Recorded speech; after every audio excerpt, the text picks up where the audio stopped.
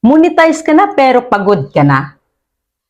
Real talk muna tayo. Kung monetize ka na pero wala ka nang gana mag-upload, kung minsan tinatanong mo ang sarili mo ng para saan pa? Worth it pa ba? Parang ayoko na.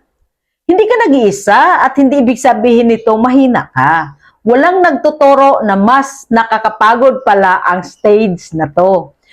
Monetize ka na, pero mas malaki na ang pressure. Mas mataas na ang expectation, mas konti na ang excitement. Dati masaya ka kahit 100 views. Ngayon, kahit libo-libo na, parang wala ka nang nararamdaman. At minsan, mas masakit pa. Monetize ka nga, pero parang walang direksyon.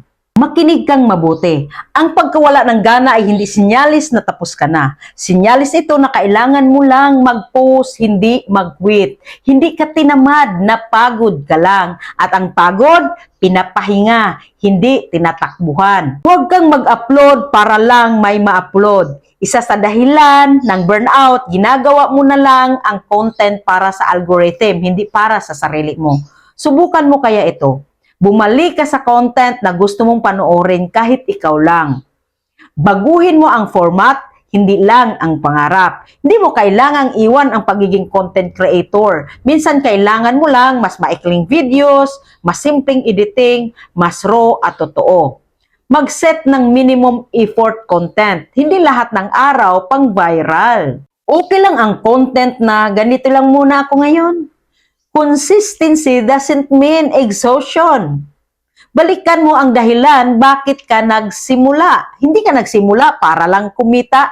Nagsimula ka dahil may gusto kang ibahagi. May gusto kang patunayan. May gusto kang baguhin sa buhay mo. Nandyan pa rin yan. Natabunan lang ng pagod. Kung nandito ka na sa monetized stage, ibig sabihin may ginawa kang tama. Hindi lahat umaabot dito. At mas lalong hindi lahat may lakas ng loob na magpatuloy. Huwag mong hayaan na ang pagod ang magdesisyon ng future mo. Dahil ang pagod, pansamantala. Pero ang pagsisisi, pang matagalan yan. Kung pagod ka ngayon, okay lang. Kung nawalan ka ng gana, normal lang. Pero kung susuko ka na dahil lang pagod ka, mag-isip ka ulit. Hindi ka tinawag para huminto sa gitna. Tinawag ka para magpahinga sandali at magpatuloy ulit.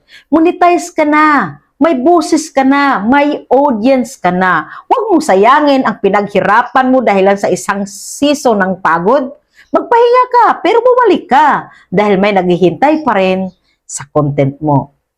Natulungan ba kita? Like, follow, and share.